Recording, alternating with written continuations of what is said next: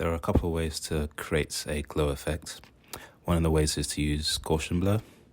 So if you have your image, take that layer, you duplicate it.